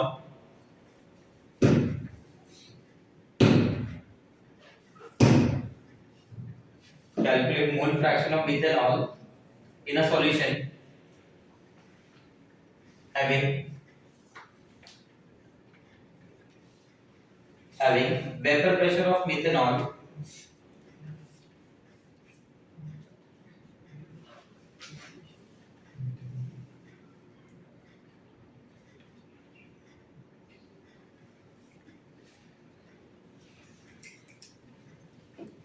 methanol 23 mm of Hg.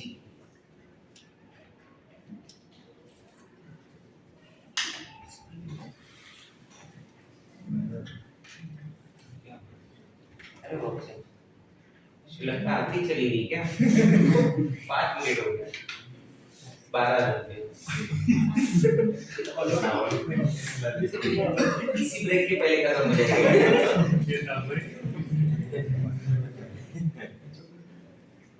सीधा 4 विकेट 2 ओवर में।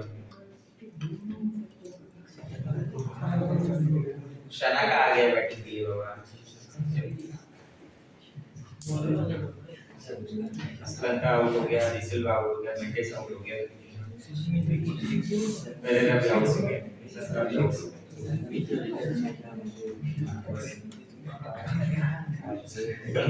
कितना 5 ओवर कितना है 1/4 is the answer. 0.25 correct. Next question.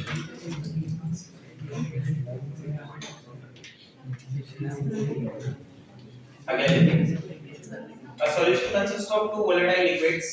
Answer आया क्या? क्या है formula? PA is equal to P naught A into XA. What is P naught A here? 92. What is XA? क्या 20? Calculate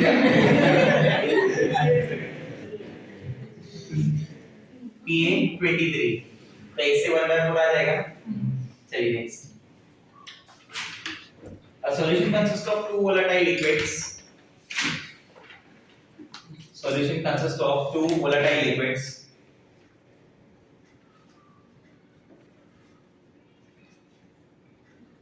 A and B.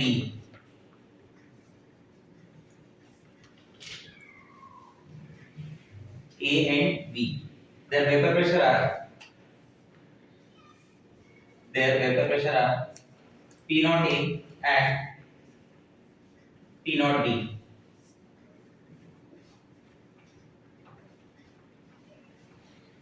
P naught A and P naught B. Where P naught A is equal to 600.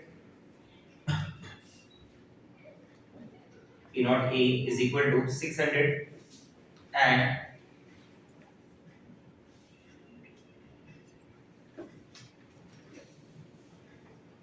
P naught B is equal to 800.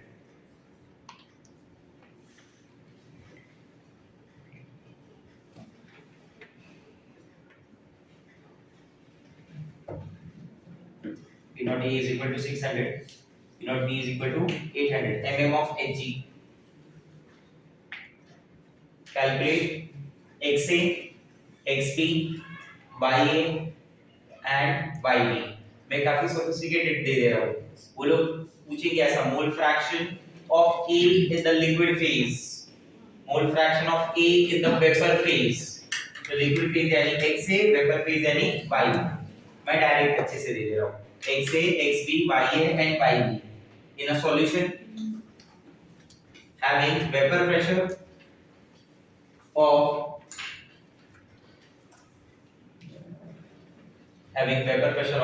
750 mmHg.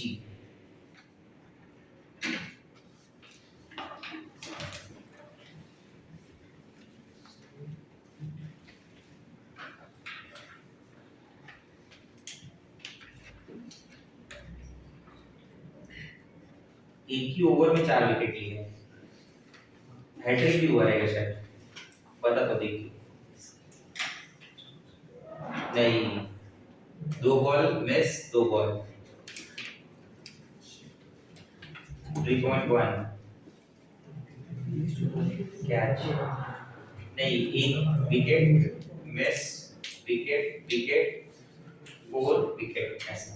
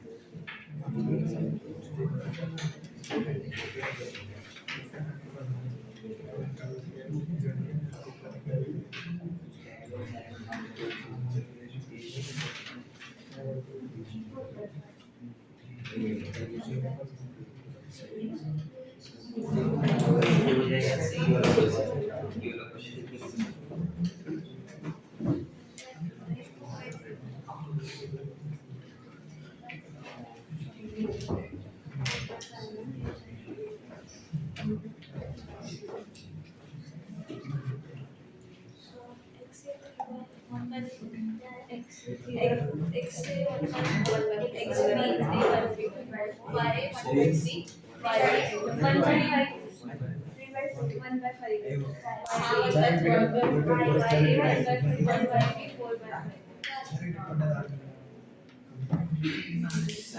किस पे depend करता है, number of particle of the solution. It does not depend on the nature of solute. ये glucose का molecule है, ये sucrose का molecule है, ये यूरिया का मॉलिक्यूल है, ये किसका NaCl का मॉलिक्यूल है, इससे मेरे को कोई फर्क नहीं पड़ता.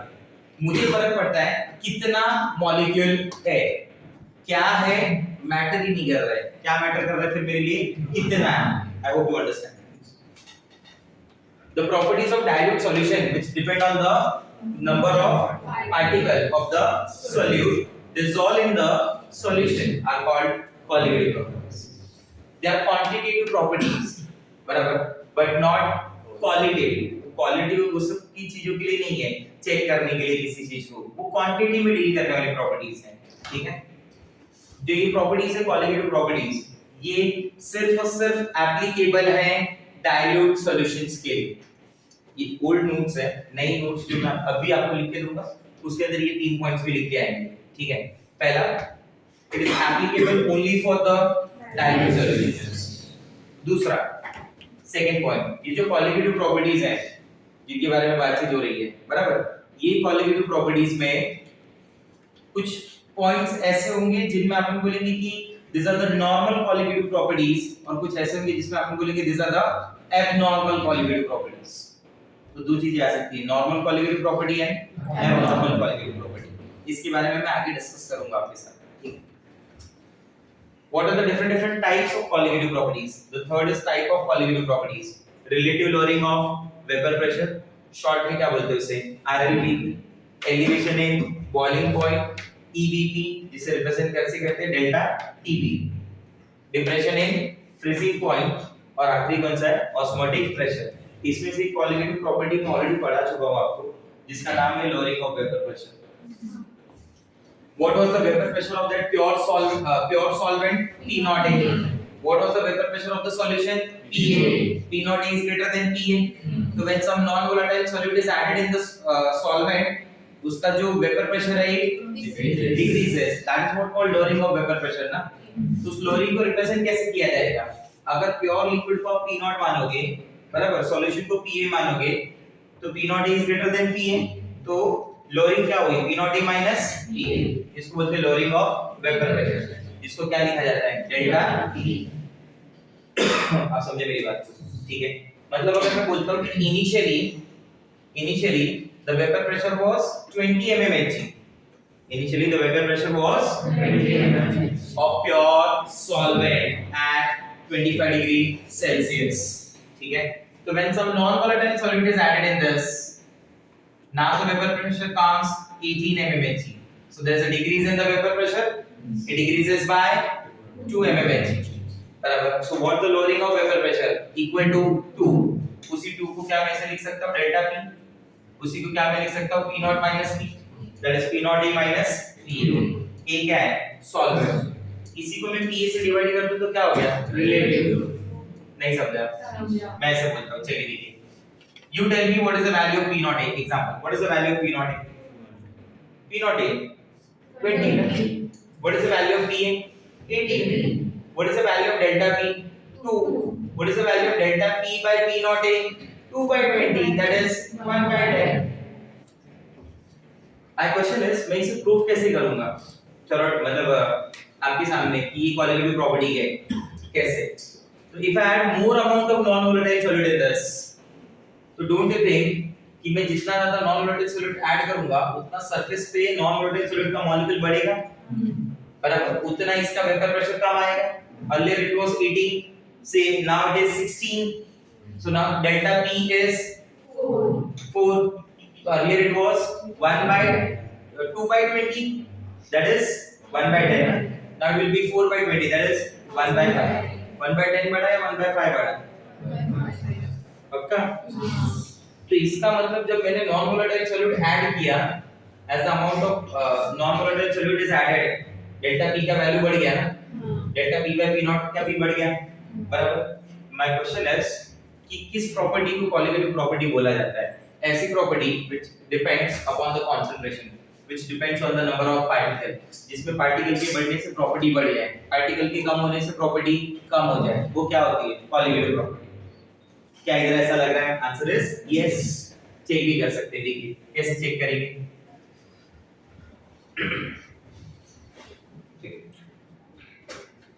P naught minus P upon P naught है, instead of P a can I write P naught a into बराबर क्या हो जाएगा? P naught a कॉमन चला गया, P naught a कॉमन आया तो 1 minus x हो गया, ये कैंसिल हो गया, 1 minus x क्या होता है? xv। मतलब ये जो चीज है RLVP वो किसके बराबर है? xv के बराबर। तो मैं इस पे ऐसे भी लिख सकता हूँ P naught a minus P a is equal to P naught a into xv। इसको हटा दिया तो प्रोपोर्शनलिटी आ गई, मतलब ये जो LVP है वो मोल फ्रैक्शन ऑफ सॉल्यूट पे ही डिपेंड कर रहा है ना। वही चीज तो प्रूफ की थी वहां पे कि अगर कोई चीज अमाउंट ऑफ पार्टिकल पे डिपेंड करे तो वो क्या है? कॉलीगेटिव। तो this property depends on amount of solute, solvent नहीं, सॉल्यूशन नहीं, amount of solute, then it is called colligative property. क्या लिखा हुआ है? Since mole fraction of depends on the number of moles of solute but not on their nature, RLVP is a colligative property. Can I say vapor pressure is a colligative property? No, vapor pressure does not depend on the amount, whether it is 1 liter 2 liter, बराबर ना। अगर मैं आपसे पूछूं क्या vapour pressure colligative property है? No। क्या lowering of vapor pressure है? Yes। क्या relative lowering of vapor pressure है? Yes। नहीं समझा? क्लियर हो रहा है बात? ठीक है। xv को क्या लिख सकते हैं? mv अपॉन बराबर पहला फार्मूला क्या मिला? बोलो p naught minus pa upon p naught बराबर is equal to what? Come on, xv is equal to mv upon na plus nv। But यहां पे जो सॉल्यूशंस होते हैं ना डाइल्यूट होते हैं। डाइल्यूट का मतलब the amount of solute is very less, so na plus nv can consider as na। तो हम इसे ऐसे भी लिखते हैं nv upon na। Number of moles क्या होता है? Mass upon molar mass of solute, mass upon molar mass of solvent, Wb upon Mb, Wa upon Ma, Ma वर्ग Mb खाली, Wb into Ma upon Wa into Mb, delta P by P naught बराबर। क्या बोलते हैं ये समझ आ रहा है? समझ में आया ना? वो देखो लिखा हुआ है उसका, समझा? P naught a minus P upon P naught क्या हो गया? xv। ये समझ जाएंगे -1 वाला पॉइंट, ठीक है। नीचे क्या हो जाएगा फिर? x upon xv। ये सब समझता है? तो ये मेन फॉर्मूले हो जाएंगे। इसका यूज क्या होगा? अगर मान लो मुझे vapour pressure of pure solvent पता है, मतलब P naught पता है, ठीक है। मैंने वेपर प्रेशर ऑफ सॉल्यूशन भी ढूंढ लिया, मतलब P भी ढूंढ लिया, तो मुझे डेल्टा P पता है और P naught पता है, बराबर। मैंने कितना सॉल्यूट ऐड किया रहेगा मुझे ये भी पता है, ऑफ कोर्स ना। चलो ऐसे शुरू करते हैं। यहाँ पे एक कंटेनर है जिसमें वाटर लिया है तुमने, it's vapour pressure is 20 mmHg, मतलब P naught इज नोन, बराबर, ठीक है। तुमने एक अमाउंट ऑफ सॉल्यूट डाला, 20 ग्राम डाल दिया, तो Wb पता है ना तुम्हें? आया ना? तुम्हारा ये सब्सटेंस वाटर है तो तुम्हें मोलार मास ऑफ वाटर पता है? अरे बोलो यस और नो, ठीक है। तुमने ये वाटर कितना लिया तुम्हें ये भी पता है? हाँ। तो क्या तुम इस सॉल्यूट का मोलार मास निकाल सकते हो? यस। तो basically colligative properties are used to determine the molar masses of the solute. Colligative properties are used to determine the molar masses of solute, ठीक है। तो नेक्स्ट क्लास में इसके रिलेटेड न्यूमेरिकल्स करेंगे। आया समझ में? ठीक है।